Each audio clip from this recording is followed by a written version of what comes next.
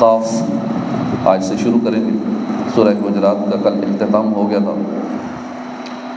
سورہ قاف کا تعارف یہ مکے میں نازل ہوئی، اس میں 3 رکوع ہیں،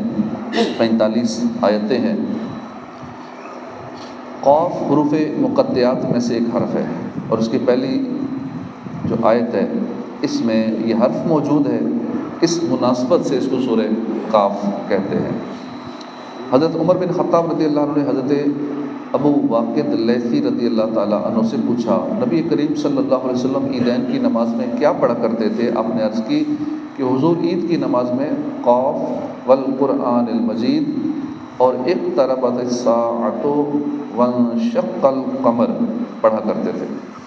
حضرت ام حشام بنت حارثہ رضی اللہ تعالیٰ عنہ فرماتی ہے، میں نے قاف والقرآن المجید نبی کریم صلی اللہ علیہ وسلم کی زبان اقدس سے سن کر ہی یاد کیا ہے۔ آپ صلی اللہ علیہ وسلم ہر جمعہ کے دن ممبر پر خطبہ دیتے ہوئے یہ سورت پڑھا کرتے تھے۔ اس سورت کا مرکزی مضمون یہ ہے کہ اس میں مرنے کے بعد دوبارہ زندہ کیے جانے کا ثبوت پیش کیا گیا اور اسلام کے اس بنیادی عقیدے کا انکار کرنے والوں کا رد کیا گیا، اور اس سورت میں یہ چیزیں بیان کی گئی ہیں۔ اس سورت کی ابتدا میں آسمانوں کی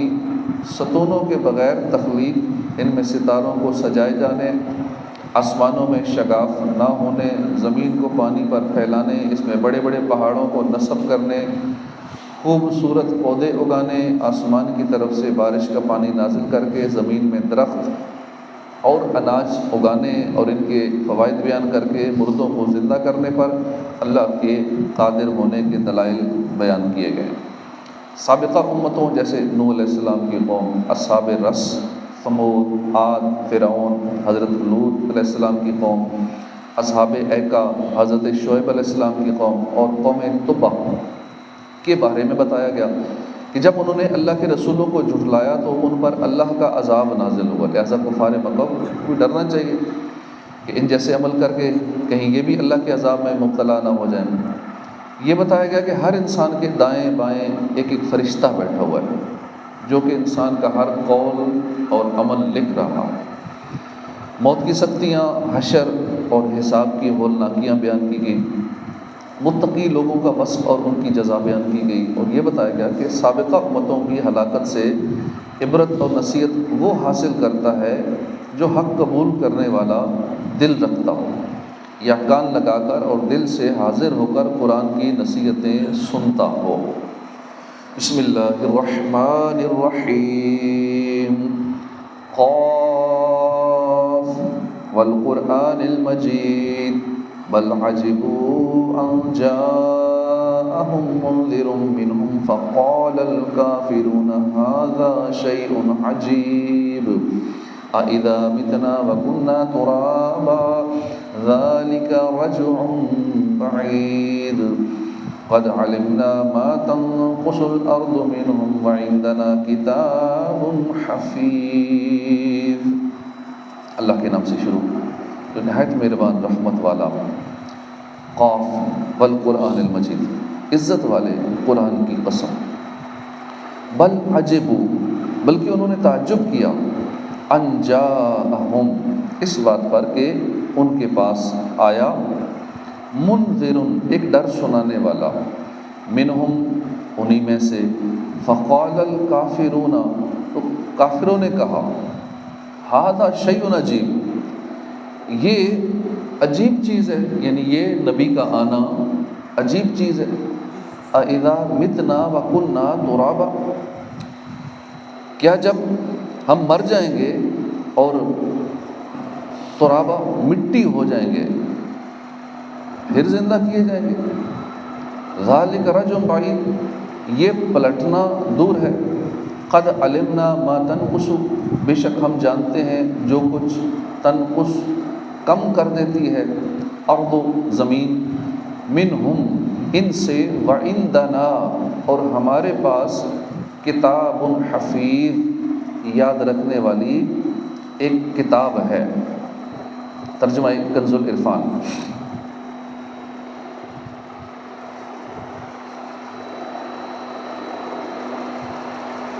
اس آیت اور اس کے بعد والی آیت کا خلاصہ یہ ہے کہ قاف عزت والے قرآن کی قسم، بلکہ انہیں اس بات پر تعجب ہوا کہ ان کے پاس انہی میں سے ایک ڈر سنانے والا تشریف لایا، تو کافر کہنے لگے یہ تو عجیب بات ہے، قاف حروف مقطعات میں سے ایک حرف ہے، اس کی مراد اللہ تعالیٰ ہی بہتر جانتا ہے۔ اس آیت اور اس کے بعد والی آیت کا خلاصہ یہ ہے کہ عزت والے قرآن کی قسم ہم جانتے ہیں کہ محمد مصطفیٰ صلی اللہ علیہ وسلم پر کفار مکہ ایمان نہیں لائے، بلکہ انہیں اس بات پر تعجب ہوا کہ ان کے پاس انہی میں سے ایک ڈر سنانے والا تشریف لایا جس کی عدالت و امانت و صدق و راست بازی کو وہ خوب جانتے ہیں، اور یہ بھی جانتے ہیں کہ ایسی صفات کا حامل شخص سچا نصیحت کرنے والا ہوتا ہے۔ اس کے باوجود ان لوگوں کا سرکار دو عالم صلی اللہ علیہ وسلم کی نبوت اور آپ کے ڈر سنانے سے تعجب اور انکار کرنا قابل حیرت ہے۔ اس آیت میں قرآن مجید کو عزت والا فرمایا گیا، یہ دنیا میں بھی عزت والا ہے کہ تمام کلاموں پر فائق ہے، اور آخرت میں بھی عزت والا کہ اپنے ماننے والے کی شفاعت فرمائے گا اور پھر قرآن کی شفاعت قبول کی جائے گی۔ اس لیے ہمیں قرآن سے سچی محبت کرنی چاہیے، قرآن کی تلاوت کرنی چاہیے، اس کا ادب کرنا چاہیے، اس کے مطابق عمل کرنا چاہیے، کیونکہ یہ قرآن ہمیں جنت میں لے جائے گا، شفاعت کرے گا۔ اَإِذَا مِتْنَا وَكُنَّا تُرَابًا، کیا جب ہم مر جائیں گے اور مٹی ہو جائیں گے تو اس کے بعد پھر زندہ کیے جائیں گے؟ یہ پلٹنا دور ہے، ہم جانتے ہیں جو کچھ زمین ان سے کٹاتی ہے، اور ہمارے پاس ایک یاد رکھنے والی کتاب ہے۔ اس آیت اور اس کے بعد والی آیت کا خلاصہ یہ ہے کہ کفار مکہ نے مرنے کے بعد دوبارہ زندہ کیے جانے پر بھی تعجب کیا، اور کہا کہ مرنے کے بعد جب ہمارے اعضاء بکھر جائیں گے، ٹکڑے ٹکڑے ہو جائیں گے، مٹی میں مل جائیں گے، ہم بوسیدہ ہو جائیں گے، مٹی ہو جائیں گے، پھر کیسے ممکن ہے کہ جیسا ابھی ہمارا جسم ہے اور جس طرح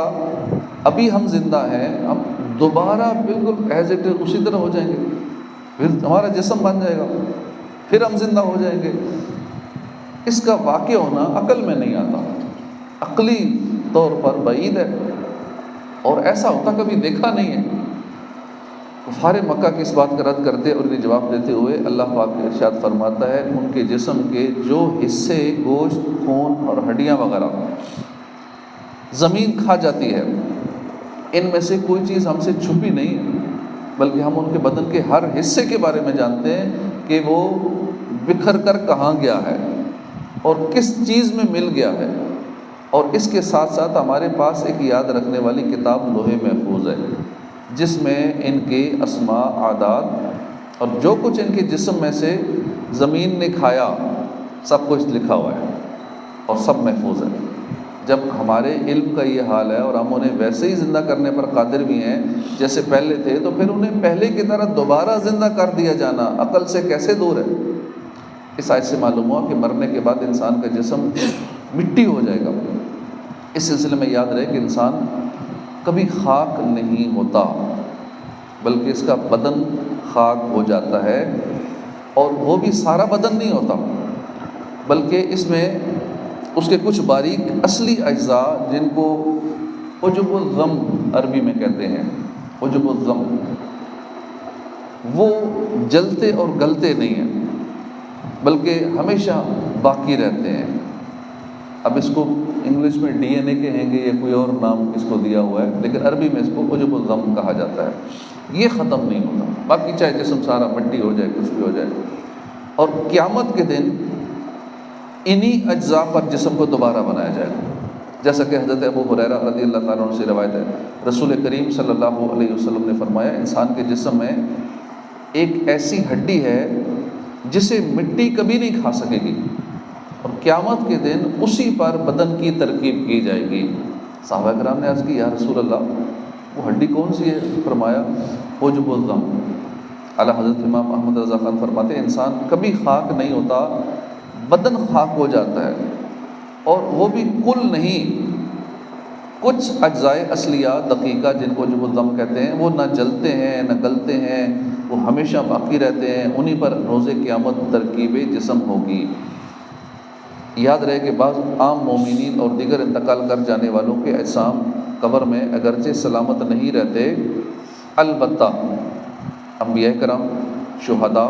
اور اولیاء اعظام کے مبارک جسم قبروں میں سلامت رہتے ہیں۔ اعلیٰ حضرت امام احمد رضا خان رحمۃ اللہ علیہ فرماتے ہیں اہل سنت کے نزدیک انبیاء شہداء اپنے ابدان شریف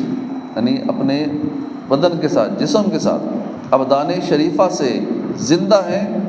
بلکہ انبیاء کرام کے ابدان لطیفہ زمین پر حرام کیے گئے ہیں کہ وہ ان کو کھائے۔ اسی طرح شہداء، اولیاء کے ابدان اور کفن بھی قبور میں صحیح سلامت رہتے ہیں، اور وہ حضرات روزی اور رزق دیے جاتے ہیں قبر کے اندر، اس طرح زندہ ہیں۔ علامہ سبکی شفاء و سقام میں لکھتے ہیں شہداء کی زندگی بہت اعلیٰ ہے۔ زندگی اور رزق کی یہ قسم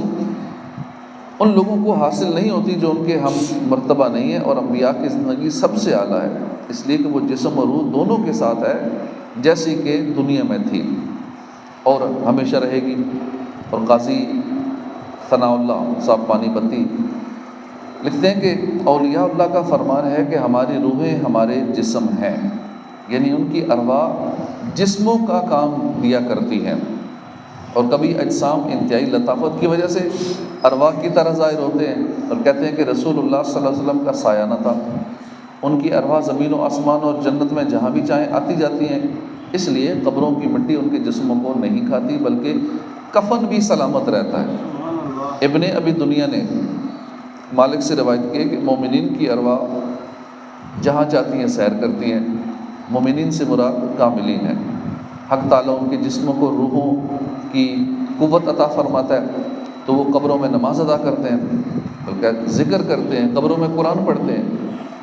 اور شیخ الہند محدث دہلوی رحمۃ اللہ علیہ شرح مشکات میں فرماتے ہیں اللہ تعالیٰ کے اولیاء اس دار فانی سے دار بقا کی طرف کوچ کر گئے ہیں، اور اپنے پروردگار کے پاس زندہ ہیں، انہیں رزق دیا جاتا ہے، وہ خوشحال ہیں، اور لوگوں کو اس کا شعور نہیں۔ علامہ علی قاری شرح مشکات میں لکھتے ہیں اولیاء اللہ کی دونوں حالتوں یعنی حیات و ممات میں اصلاً فرق نہیں، اس لیے کہا گیا کہ وہ مرتے نہیں ہیں، وہ خالی ٹرانسفر ہوتے ہیں، منتقل ہوتے ہیں، ایک گھر سے دوسرے گھر میں شفٹ ہوتے ہیں۔ علامہ جلال الدین سیوطی رحمۃ اللہ علیہ نے شرح الصدور میں انتقال کے بعد اولیاء کرام کے بارے میں چند مستند روایات لکھی ہیں، اور اعلیٰ حضرت امام احمد رضا خان نے انہیں فتاوی رضویہ میں بھی نقل فرمایا ہے۔ ان میں سے 5 روایات یہ ہیں۔ مشہور ولی حضرت ابو سعید خراز رحمۃ اللہ علیہ فرماتے ہیں میں مکہ معظمہ میں تھا، باب بنی شیبہ پر ایک جوان مردہ پڑا پایا، جب میں نے اس کی طرف نظر کی تو مجھے دیکھ کر مسکرایا اور کہا اے ابو سعید کیا تم جانتے نہیں کہ اللہ کے پیارے زندہ ہیں، اگرچہ مر جائیں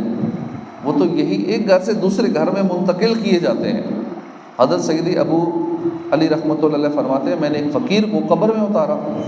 جب کفن کھولا تو ان کا سر خاک پر رکھ دیا کہ اللہ تعالیٰ ان کی غربت پر رحم کرے۔ فقیر نے آنکھیں کھول دیں اور مجھ سے فرمایا اے ابو علی تم مجھے اس کے سامنے ذلیل کرتے ہو جو میرے ناز اٹھاتا ہے۔ میں نے عرض کی اے میرے سردار کیا موت کے بعد زندگی ہے؟ آپ نے فرمایا میں زندہ ہوں اور خدا کا ہر پیارا زندہ ہے، بے شک وہ وجاہت و عزت جو مجھے قیامت کے دن ملے گی اس سے میں تیری مدد کروں گا۔ حضرت ابراہیم بن شیبان فرماتے ہیں میرا ایک جوان مرید فوت ہو گیا تو مجھے سخت صدمہ ہوا، جب میں اسے غسل دینے کے لیے بیٹھا تو گھبراہٹ میں بائیں طرف سے ابتدا کی، جوان مرید نے وہ کروٹ ہٹا کر اپنی دائیں کروٹ میری طرف کر دی۔ مردے کو غسل دینے کے لیے پہلے ایسے بائیں کیا جاتا ہے تاکہ پہلے سیدھی طرف پانی بہایا جائے، پھر یوں کیا جاتا ہے الٹی طرف پانی بہایا جائے۔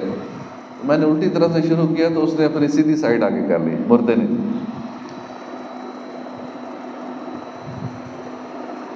تو اس جوان مرید نے وہ کروٹ ہٹا کر اپنی دائیں کروٹ میری طرف کر دی۔ میں نے کہا بیٹے تو سچا ہے، مجھ سے غلطی ہوئی ہے۔ حضرت ابو یعقوب سوسی رحمۃ اللہ علیہ فرماتے ہیں میں نے ایک مرید کو نہلانے کے لیے تختے پر لٹایا تو اس نے میرا انگوٹھا پکڑ لیا۔ میں نے اسے کہا ہے بیٹے میرا ہاتھ چھوڑ دے،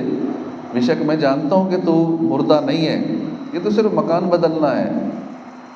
اس لیے میرا ہاتھ چھوڑ دے۔ حضرت ابو یعقوب سوسی رحمۃ اللہ علیہ فرماتے ہیں مکہ معظمہ میں ایک مرید نے مجھ سے کہا اے میرے پیر و مرشد میں کل ظہر کے وقت مر جاؤں گا، حضرت ایک اشرفی لیں، آدھی میں میرا دفن اور آدھی میں میرا کفن کریں۔ جب دوسرا دن ہوا اور ظہر کا وقت آیا تو مذکورہ مرید نے آ کر طواف کیا، پھر کعبے سے ہٹ کر لیٹا، انتقال کر گیا۔ جب میں نے اسے قبر میں اتارا تو اس نے آنکھیں کھول دی۔ میں نے کہا کیا موت کے بعد زندگی ہے؟ اس نے کہا میں زندہ ہوں اور اللہ کا ہر دوست زندہ ہے۔ آیت نمبر 3 کے آخر میں بیان ہوا کہ اللہ تعالیٰ کے پاس ایک یاد رکھنے والی کتاب ہے۔ اس کتاب سے لوح محفوظ مراد ہے، اور یاد رہے کہ لوح محفوظ اللہ کے علم کے لیے نہیں ہے، کیونکہ لوح محفوظ میں تو سب کچھ خود اللہ کے علم سے ہے، لہٰذا لوح محفوظ خاص بندوں کو علم دینے کے لیے ہے۔ لہٰذا جن فرشتوں کے پاس کہ جن انبیاء کرام اور اولیاء اعظام کے علم میں وہ کتاب ہے، انہیں ان سب باتوں کا علم ہے۔ دنیا میں بھی اس کی مثالیں موجود ہیں سمجھنے کے لیے۔ امریکہ میں ایک پوری ڈیٹا سٹی بنائی گئی ہے، اس کا ایک نام بھی رکھا گیا ہے۔ اس میں جتنا بھی ہمارا ڈیٹا ہے پوری دنیا میں، ہم لوگ کالیں کرتے ہیں، ہم نیٹ یوز کرتے ہیں، ہم جو کچھ بھی کرتے ہیں، یہ ہم سب کا ڈیٹا وہاں پہ پورا ایک شہر ہے آباد ہے، جس میں سب ڈیٹا سیو ہو رہا ہے، وہاں سے فلٹر ہو رہا ہے، اور ہر بندے کا پورا ایک ٹریک ریکارڈ تیار ہو رہا ہے کہ کون سا بندہ، دنیا میں اربوں لوگ ہیں، جتنے بھی یہ نیٹ یوزر ہیں، کس بندے کی کیا نفسیات ہے، کون گندے ذہن کا ہے، کون صاف ذہن کا ہے، کس کا دماغ کیا ہے۔ یہاں تک کہ موبائل میں جب دیکھ رہے ہوتے ہیں نا، اس پوری سکرین میں اگر کوئی بے پردہ عورت ہے، اب اس کی نظر جو ہے نا، یہ آنکھوں کے پتلے کس جگہ ٹھہرے ہوئے ہیں، اس بے پردہ کو دیکھ رہے ہیں یا اس سے نظر بچا کے کسی اور لکھائی کو دیکھ رہے ہیں، کہاں دیکھ رہے ہیں، یہاں تک باریکیاں بھی نوٹ ہو رہی ہیں ہماری۔ اور بندہ جب کسی بری چیز کو دیکھتا ہے، اب اس کو موبائل میں وہی برے ہی اشتہار بار بار آتے ہیں، وہی گندی چیزیں اس کے سامنے، کیونکہ اس کا الگورتھم ہی ایسا کچھ ہے کہ وہ سمجھ جاتے ہیں کہ یہ گندی ذہنیت ہے، اس کو پھر وہی چیزیں دکھاؤ، اس کا جو دیکھنے کا ذہن ہے اب اس کے موبائل میں پھر وہی چیزیں آٹومیٹیکلی آ جاتی ہیں۔ یہ تو اس کو دیکھنے کا ہے کہ اس کی نظر پوری سکرین پہ کس جگہ پہ ٹھہر رہی ہے، اس کے مطابق اس کا معاملہ وہ ڈیل، اس کی نفسیات کو سمجھ جاتے ہیں کہ اس کی آنکھیں ادھر ٹک رہی ہیں، اس بندے کی دلچسپی ان چیزوں میں ہے، بلکہ موبائل آف بند پڑا ہوتا ہے، آن نہیں سکرین، اس کے باوجود بھی ہماری باتیں، اب جو بات کر رہے ہوں گے، کپڑوں کی بات کریں گے، اس کے بعد جب آپ فیس بک آن کریں، نیٹ آن کریں، آپ کو کپڑوں کی ایڈ آنے شروع ہو جائیں گے، کیونکہ وہ سمجھ چکا ہے کہ یہ بندہ کس ذہنیت کا۔ ہماری ساری نفسیات ان فیوچر تو کہتے ہیں کہ شادی بھی کرنی ہوگی تو اس سے پوچھنا پڑے گا کہ ہاں جی میرے لیے کون سی سلیکٹ کریں، کس طرح کے ذہن کی ہے، مجھے کپڑے کون سے پسند ہیں، مجھے کھانا کون سا پسند ہے، پوچھنا اس سے پڑے گا۔ یعنی اتنا ہمارا باریکی سے سارا ڈیٹا سیو ہو رہا ہے، تو اسی طرح لوح محفوظ میں بھی سارا ڈیٹا پڑا ہے، اور وہ ڈیٹا پھر جس کو اللہ چاہتا ہے اپنے نبیوں کو، ولیوں کو، خاص لوگوں کو اس ڈیٹے کا سب پتہ ہوتا ہے۔ تو یہاں بھی اس وقت بھی ڈیٹا سائنس پورے سبجیکٹ ہے، تو جس کے پاس ڈیٹا ہوتا ہے اسی کی قیمت ہوتی ہے۔ اب جیسا ایک چھوٹا سا سافٹ ویئر ٹویٹر ہے، یہ 42 ملین ڈالر میں سیل ہوا، اتنا، حالانکہ سوئی جتنی بھی چیز نہیں ہے، کچھ بھی نہیں ہے، ایک ایپ ہی ہے نا، اتنا مہنگا سیل ہوا، کیوں ہوا؟ کہ اس میں ڈیٹا ہے۔ ٹویٹر میں پوری دنیا کے لوگ ٹویٹر یوز کرتے ہیں، حکمران، سیاسی لوگ، بڑی شخصیات ٹویٹر یوز کرتے ہیں، بس اس ڈیٹا کی بیس پہ اس کی اتنی قیمت لگی اور اتنے میں وہ سیل ہوا۔ تو ڈیٹا کی بڑی اہمیت ہے، لیکن یہ ڈیٹا اللہ پاک اپنے خاص بندوں کو جس کو چاہتا عطا فرماتا ہے۔ پوری دنیا کا تو ڈیٹا سے لو خالی یہاں کا ہے نا، تو وہ ڈیٹا، وہ ہر چیز کا ڈیٹا اس میں موجود ہے لوح محفوظ پر، اور اللہ پھر اپنے خاص چنے ہوئے بندوں کو وہ ڈیٹا عطا فرما دیتا ہے، وہ سارا علم عطا فرما دیتا ہے، اس علم کی بیس پہ وہ پھر بتاتے ہیں، غیب کی خبریں بتاتے ہیں۔ لیکن نہ ماننے والے اب بھی نہیں مانتے، حالانکہ اس ٹیکنالوجی کے دور میں تو ویسے ہی مان جانا چاہیے، اس کی مثالیں موجود ہیں۔ تو اللہ پاک عمل کی توفیق عطا فرمائے۔ علم غیب اللہ دیتا ہے، اس کا انکار بد مذہب لوگ انکار کرتے ہیں کہ نہیں کسی کے پاس علم غیب نہیں ہے، حالانکہ دنیا میں کتنے غیب کے علم بتا رہے ہیں، خاصے لوگ بتا رہے ہیں، ہماری ٹیکنالوجی ہمیں غیب کی چیزیں بتا رہی ہے، کیا ہوگا، کیا ہونے والا ہے، مہینے بعد موسم کیسا ہوگا، کس دن بارش ہونی ہے۔ اب دن کیا، دن کے گھنٹوں کو بھی ڈیوائڈ کیا ہوا ہے کہ اتنے بجے یوں سورج ہوگا، بادل ہوں گے نہیں ہوں گے، اتنے گھنٹے بعد یہ ہوگا، 2 گھنٹے بعد یہ ہوگا، ہر گھنٹے کا سچویشن بتا دیتا پہلے سے ہی وہ۔ صدق اللہ العظیم۔ صلو